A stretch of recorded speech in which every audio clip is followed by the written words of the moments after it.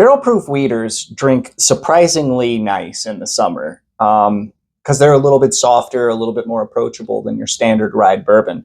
But I think the best time of the year to drink a barrel-proof wheater is the fall. So is this roasted French mocha release of Maker's Mark? So it's the Lost Recipe series with mocha staves. Is it the perfect fall sipper? Only way to find out. I'm your drinking buddy.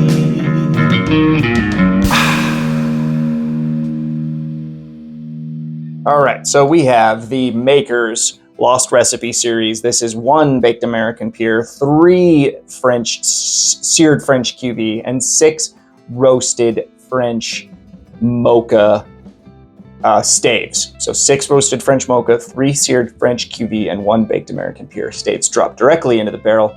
111.9 proof. Maker's is kind of dropping a lot of releases on us this year. But I'm all for it. I like Maker's. This one was good, but maybe not amazing. And this one is amazing, maybe not $200. It's very good, though. I'm very glad I bought it. Don't get me wrong there. What do we got here?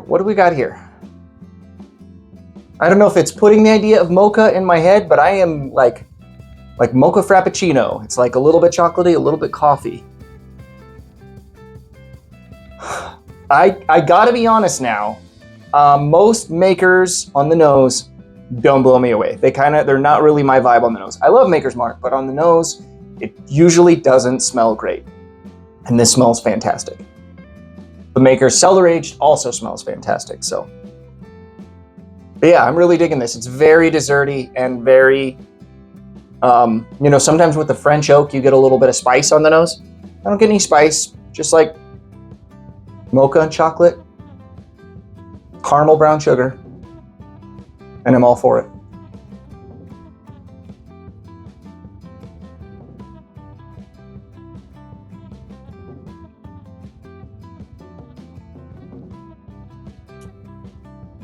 Oh, that's actually really good. That coffee thing comes through on the palate big time. Little bit of a rye spice thing. I know there's no rye in here, but French oak comes off as a spicy thing. So I shouldn't say rye spice. I guess I should say like pumpkin spice, fall spice. Very sweet, great viscous thickness to it, nice finish.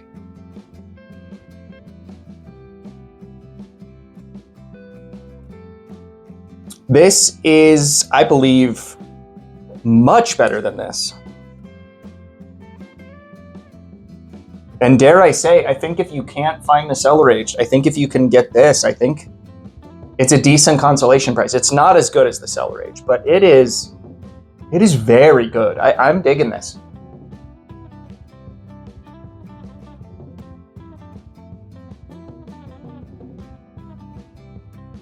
Yeah, it's like bitter dark chocolate in the best way. That just like immediately turns into sweetness and like a nice sweet, like raspberry finish. A little bit fruity on the finish. This is fun. This is a fun ride. I actually recommend this one. And now in retrospect, I think this one's a pass. A little late because I think I did recommend it at the time, but it is good. Just this is better, if that makes sense.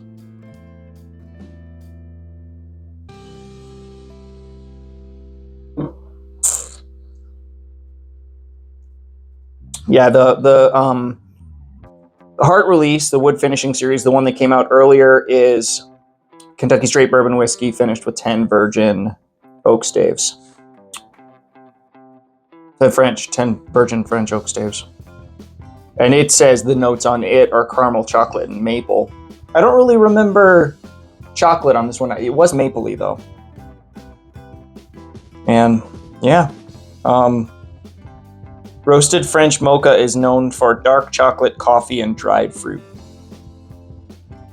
And then the seared French QV, which there's 3 of those in here, is known for creamy toasted caramel and almond. Let's see if we can find some of that, just for fun.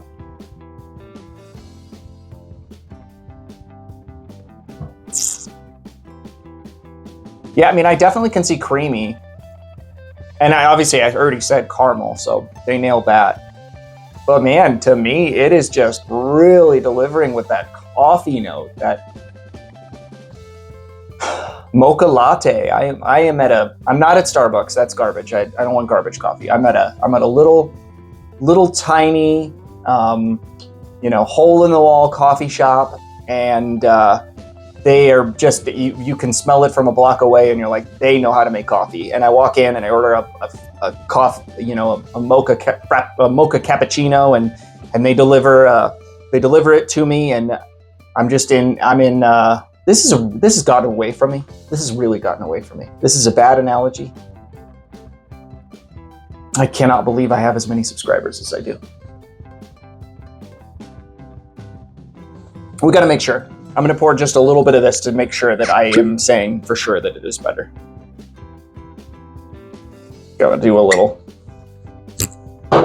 side by side, even though there's only one Glen.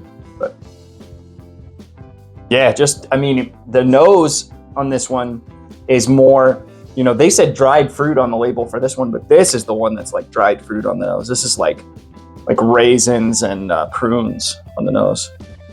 Nowhere near as good on the nose. That's way better on the nose. And this one's 111.7 proof.